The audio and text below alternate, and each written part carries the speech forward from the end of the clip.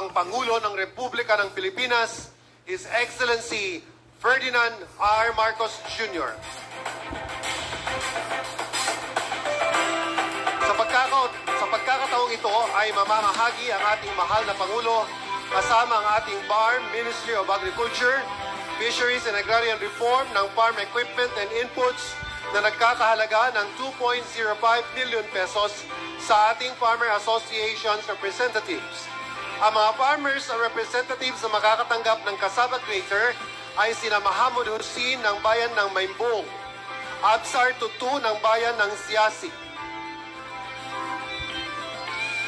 Kan Dihagan ng bayan ng Maimbong, Glenn Tulawi ng bayan ng Talipao at si Arnivar Sarapuddin ng bayan ng Pata. At farmers representatives na makakatanggap ng incubator ay sina Wahid Abduhalik ng bayan ng Kalingalan Kaluang, Anul Bandahala ng bayan ng Pandami, Jailani Kautilin ng bayan ng Paglimayestino at si Saddam Abon ng bayan ng Talipao.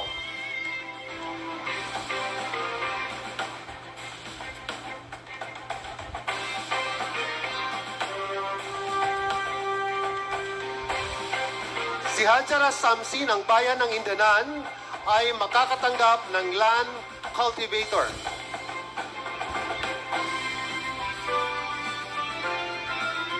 Si Almajir Tutu ng bayan ng Maimbong ay makakatanggap ng shredder machine.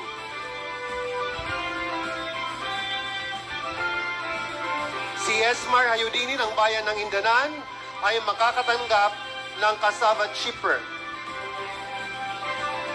Samantala, ang mga farmers na makakatanggap ng wheelbarrow ay sina Najar Mamma ng bayan ng Maimbong, Roger Muharani ng bayan ng Paglimayestino, Dastala Sajili ng bayan ng Tapul, Abbas Jundam ng bayan ng Omar, at si Aldesin Hadi.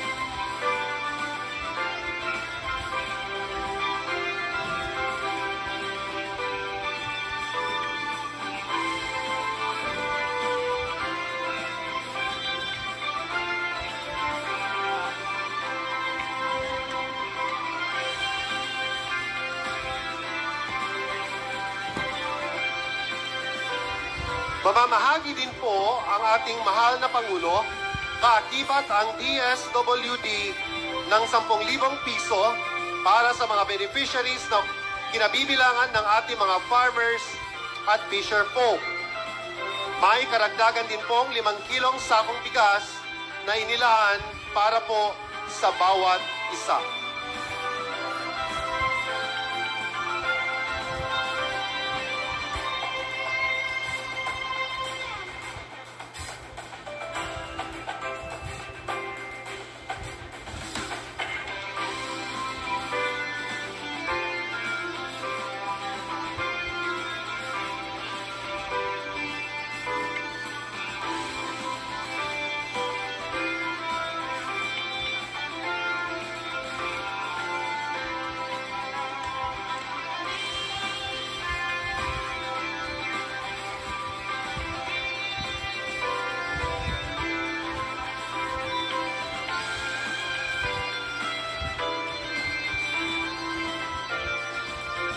Maraming salamat po, mahal na Pangulo. Mga kababayan, ang Pangulo ng Republika ng Pilipinas, His Excellency Ferdinand R. Marcos Jr.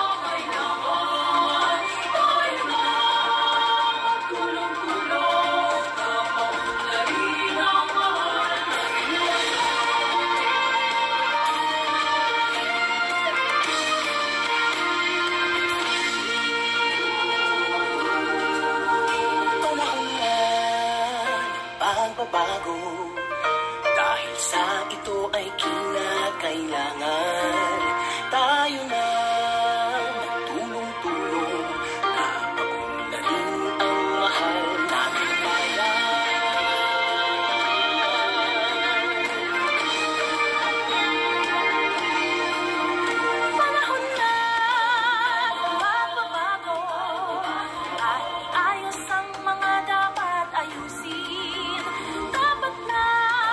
tayong umpo.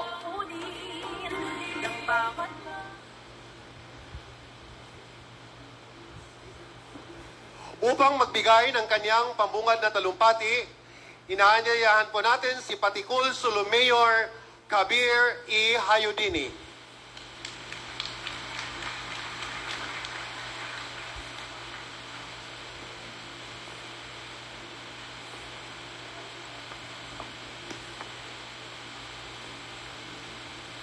A'udzubillahi minasyaitonirrajim. Bismillahirrahmanirrahim. Assalamualaikum warahmatullahi wabarakatuh.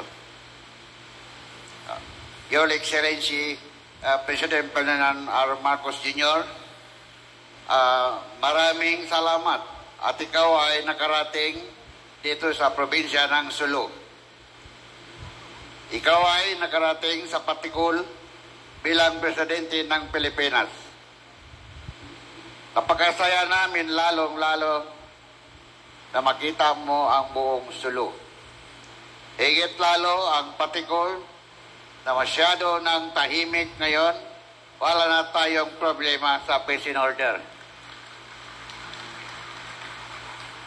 Ito ay isang karangalan ng taga-Sulu ang iyong pagbisita ng isang presidente ng katulad nyo. Ang iyong pagbisita ay nakapalaki. Dinagdagan nyo pa ng napakagandang balita para sa aming kabayan dahil ikaw ay mamamigay ng tulong financial para sa aming consortium. Palakpakan natin po ang mahal na Pangulo. Namimigay ng maraming kwira. Sana bumalik ka pa. So, Assalamualaikum warahmatullahi wabarakatuh at mabuhay po kayo, President ng Ferdinand Romualdez Marcos Jr. Maraming salamat po, Mayor Hayudini. Sa pagkakataong ito, pakinggan naman natin ang mensahe ni Sulu Governor Abdussakur M. Tan.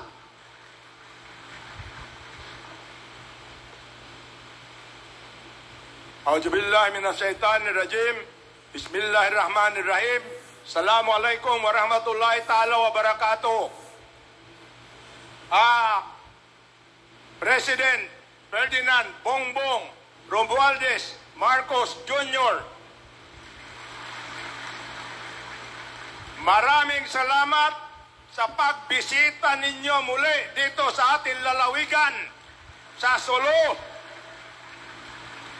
Alam ninyo si President Marcos Jr. nagpunta dito noong 2015. Senador pa siya. Ayaw niya bumalik dito pag hindi siya naging presidente. Ngayon, presidente na siya, nandito na. Hindi ba kayo masaya? Saya pala kayo. Dapat lamang kayo masaya. Alam niyo kung bakit? Dinala niya na lahat ng pera dito sa Sulu. Una, nandito peace and order. Sabi niya, peace and order muna. Nandito si Secretary Abalos. Ben Abalos.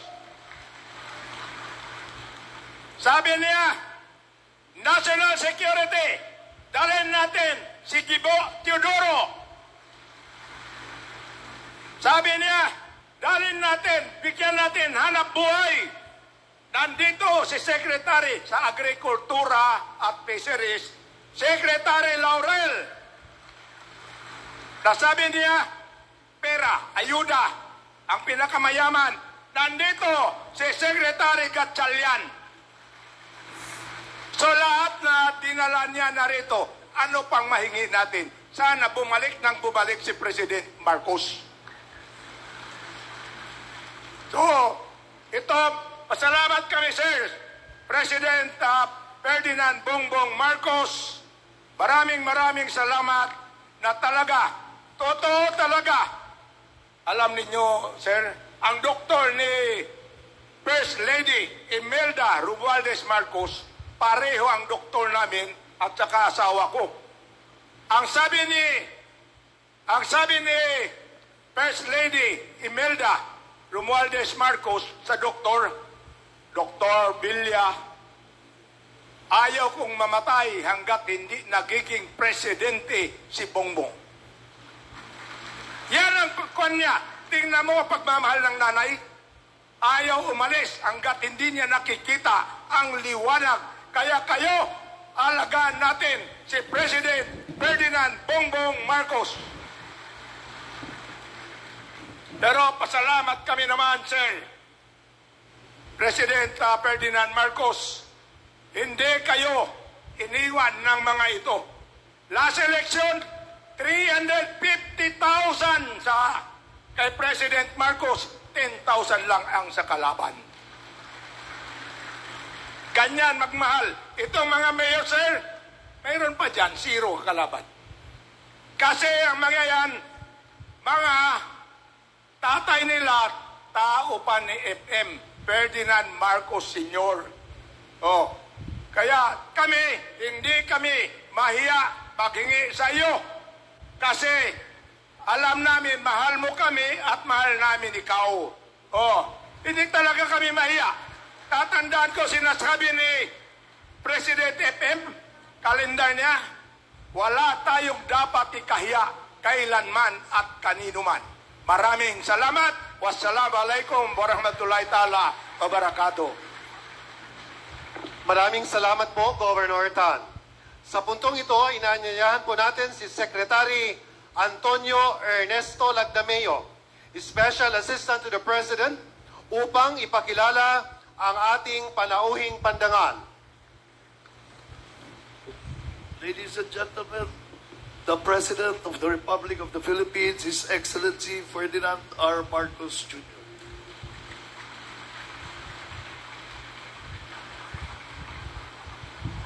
Maraming salamat sa ating Special Assistant sa iyong pagpakilala, Secretary Anton Lagdameo. Please, salamat magsimula. Nakita na po ninyo at nakilala na po ninyo ang iba't ibang mga cabinet secretary na nandito ngayon, nakasama natin. Ang dahilan po kung bakit marami tayong dala na cabinet secretary dahil pagka kami ay gumawa ng programa, ang aming approach, ang tawag namin ay whole of government approach. Ibig sabihin, lahat ng bahagi, lahat ng departamento, lahat ng ahensya na sa aming palagay ay makakatulong para maging matagumpay ang aming programa ay sinasama namin sa pagplano, sinasama namin sa pag-implement, pati sa budgeting, sinasama namin para yung buong gobyerno ay nagtatrabaho para maging maganda ang resulta ng aming mga project, ang aming mga programa.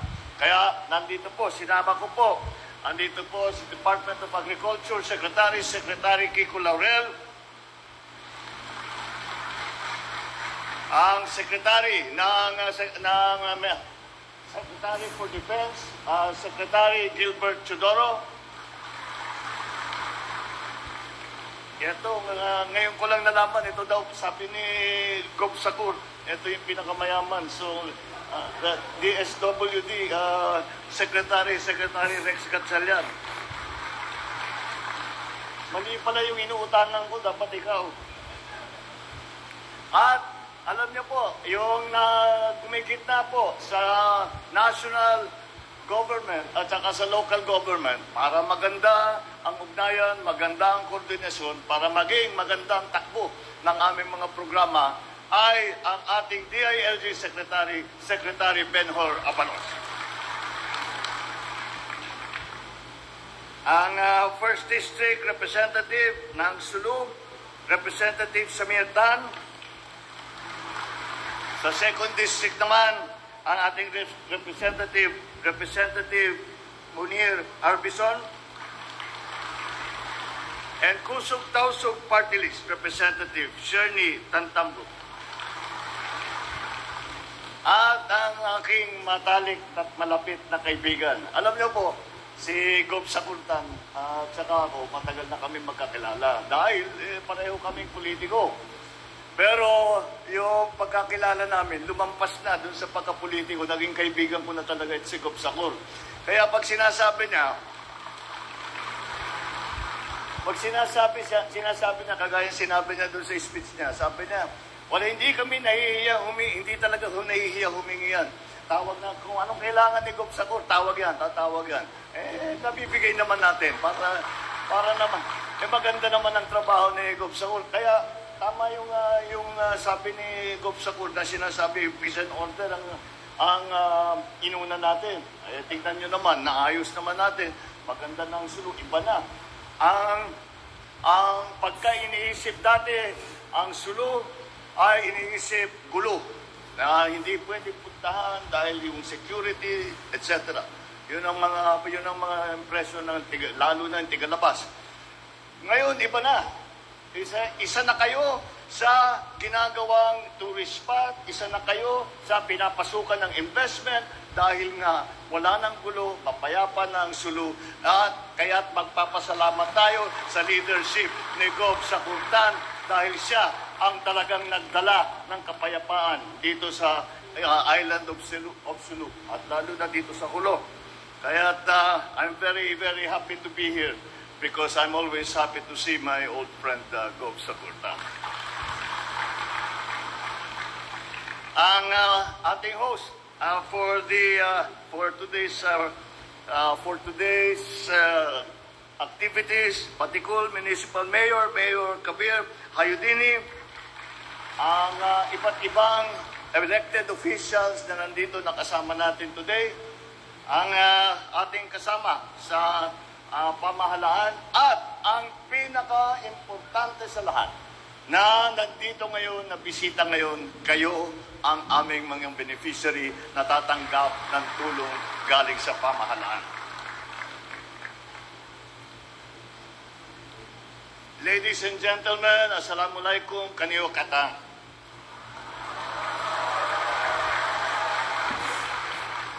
Ikanalulugod ko na makasama kayo ngayong araw mula sa mga magsasaka, mula sa mga di alintana ang matinding sikat ng araw para masaganang ani, hanggang sa mga mangingisda na nakikipagsapalaran sa ating mga karagatan para maganda ang huli. Narito kami ngayon upang ihatid sa inyo ang tulong ng pamahalaan. Umagapay sa inyong pagbangon mula sa mga pagsubok na dala ng El Nino at upang mapakinggan ang inyong mga suliranin. Nais ko rin na personal na iparating sa inyo ang aking paghanga sa inyong mayamang kultura, lalo na sa inyong sining, likha, musika at kaugalian. Mula sa badyo at sawal na ginagamit ng inyong kalalakihan hanggang sa patadyong na sinusuot ng nakarami, hindi maikaila ang inyong angking talento at kasanayan sa paghakabi, pati na sa pag-uukit. Kaya talaga naman nakakatuwa na napanatili ninyo ang kultura na pamana sa inyong pinamana sa inyo ng mga inyong ninuno sa kabila ng mga siglong lumipas. Naway ang tulong na dala namin ngayon ay magpalakas sa inyong mga kabuhayan at magpatibay palalo sa inyong isang lalawigan. Kung matatandaan po ninyo, Oktubre noong nakaraang taon, naghatid ng ayuda at iba pang halagang serbisyo ang ating Special Assistant, si Secretary Anton Lagdameo, at ang ating DSWD Secretary Rex Gatchalian. Matapos ang 9 na buwan, ako naman ang bibisita rito upang bigyang pansin ang kalagayan ng 19 na bayan sa inyong lalawigan na napailalim sa state of calamity dulot ng El Nino. Ayon sa aming datos, mahigit 5 milyong piso halaga ang pananim na nasira dito sa inyong lugar, na ikanalugi naman ng humigit kumulang 912 na magsasaka. Hindi namin kayo iiwan sa pagharap sa pagsubok na ito. Kaya kami ay makakapagbahagi ng ayuda upang makabangon kayo muli at higit pang mapayabong ang inyong pamumuhay.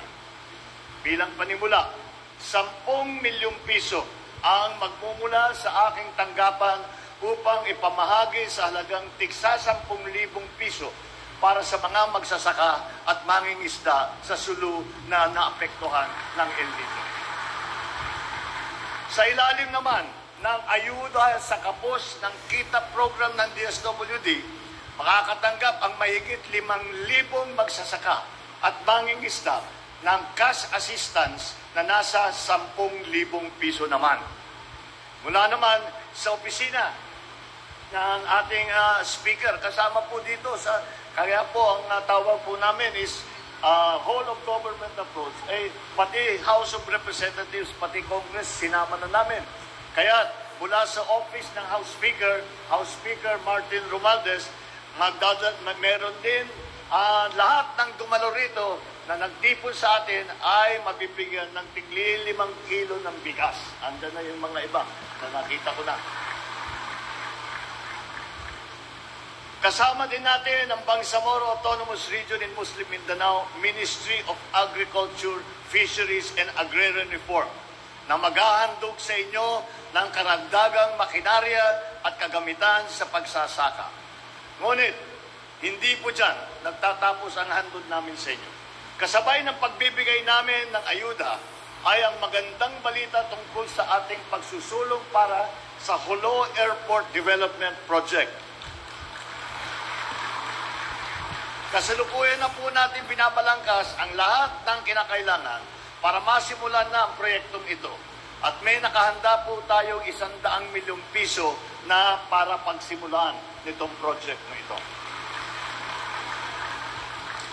Sa dako naman ng patuloy na nangyayaring illegal fishing sa karagatan ng Sulu, umaaksyon na po ang ating kapulisan at sa pamumuna ng Sulu Maritime Police Station upang magpatrolya at mabantayan ang ating yamang dagat. Sa ating mga lokal na pamahalaan, patuloy po ninyong suportahan ang ating kolektibong pagsisikap upang maging mas maayos at ligtas ang ating mga minamahal na mangingisda. Mga kababayan, makaaasa kayong tutuparin namin ang aming pangakong matulungan kayong lahat, lalong-lalo na ang mga magsasaka, ang mga mangingisda at kayo at ang mga inyong pamilya. Upang naman, masabi natin ay may pag-asang makamit ninyo ang mas maginhawang pamumuhay. Isa sa aking mga sinumpaan nung ako'y umupo na sa pagkapangulo ay ang tiyakin na maayos ang kalagayan ng ating mga kababayan na nagsisilbing pundasyon ng ating agrikultura. Hindi maitatanggi na kayo ang nagtatawid sa ating pang-araw-araw na pangangailangan. Subukin man kayo ng panahon at sitwasyon, ginagawa pa rin ninyo. Kayo ang patunay na ang pagtutulungan at malasakit sa kapwa ang susi tungo sa tunay na nagkakaisang lipunan.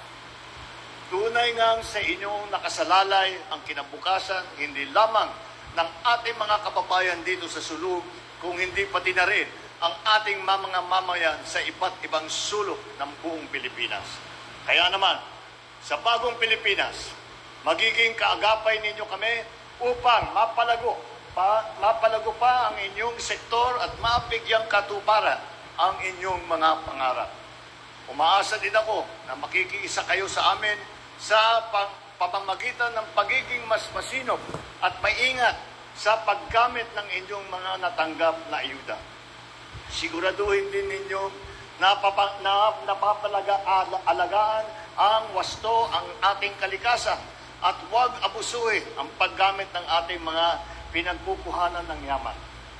Huwag kayong mag-alinlangan na lumapit po sa tanggapan ng Pangulo at sa inyong mga lokal na pamahalaan na sapagkat bukas po lagi ang aming mga pintuan upang pakinggan ang inyong mga suliranin at hinain. Sa ating patuloy na pagbabayanihan, naniniwala naman ako na agarang natin maitataguyod ang mas matatag, mas maunlad at mas masaganang bagong Pilipinas. Muli, Maraming salamat po sa inyong sipag. Mabuhay kayong lahat. Maraming salamat po, mahal na Pangulo.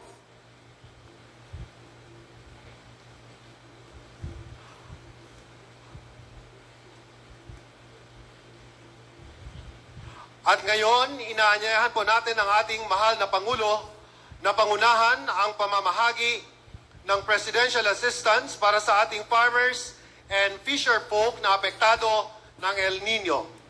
Ating tunghayan ang ceremonial distribution ng presidential assistance sa mga piling farmers at fisher folk mula sa Sulu na sina Ibrahim Muhammad,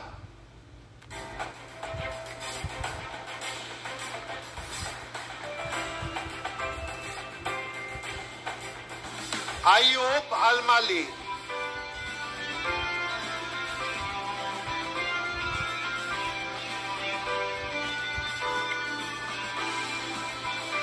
Benhar Ikit,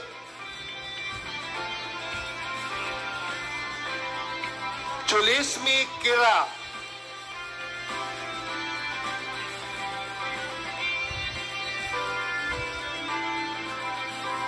Rana Jantasan,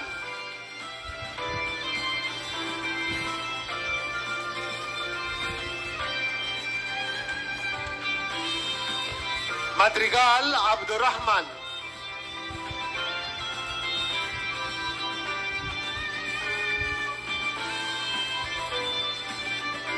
Salimar Nain,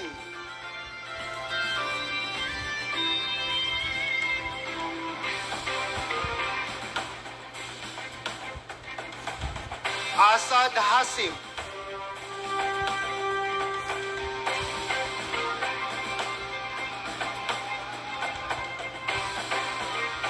Mursid Sakib,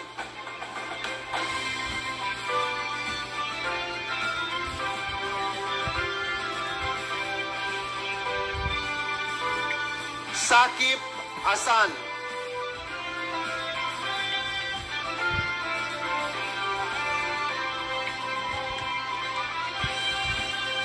at ngayon, inihiling po natin sa ating mahal na Pangulo na pangunahan ang pag-turn over ng check assistance from the Office of the President para sa ating affected farmers and fisher folk sa probinsya ng Sulu na tatanggapin ng ating butihing Governor Abdussakur M. Tan.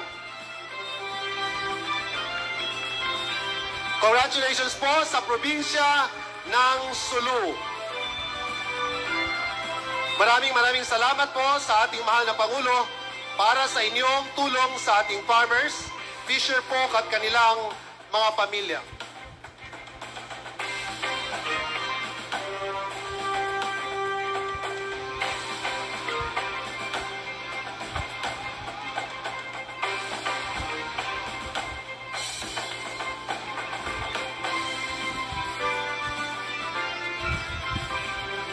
Sa pagkakataong ito, inaanyahan po natin ang ating mahal na Pangulo para sa isang group picture kasama ang ating beneficiaries downstage.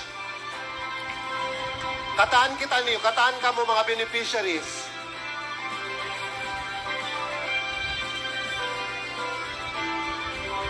Tumpakan na to mga master mangod. The President Ferdinand R. Marcos Jr.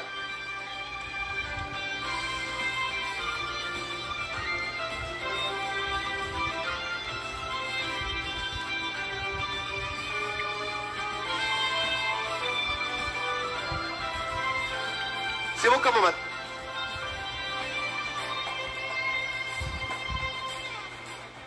Magtipon ka mo hagitungan, please. Magtipon-tipon ka mo hagitungan para makawakatan. Tipon hagitungan. Mag-compress ba hagitungan.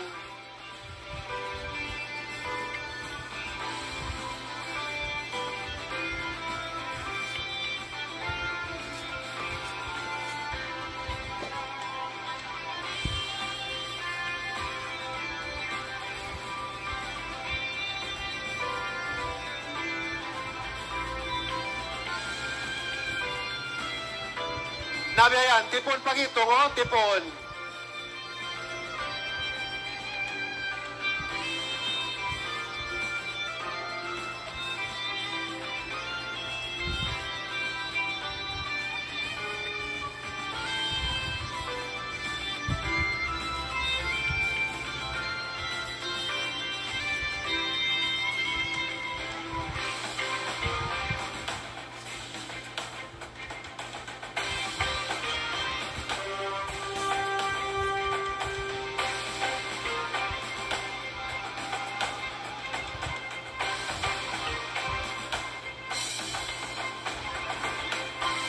Atod ka mo pa camera, atod man to pa magpapatta, please.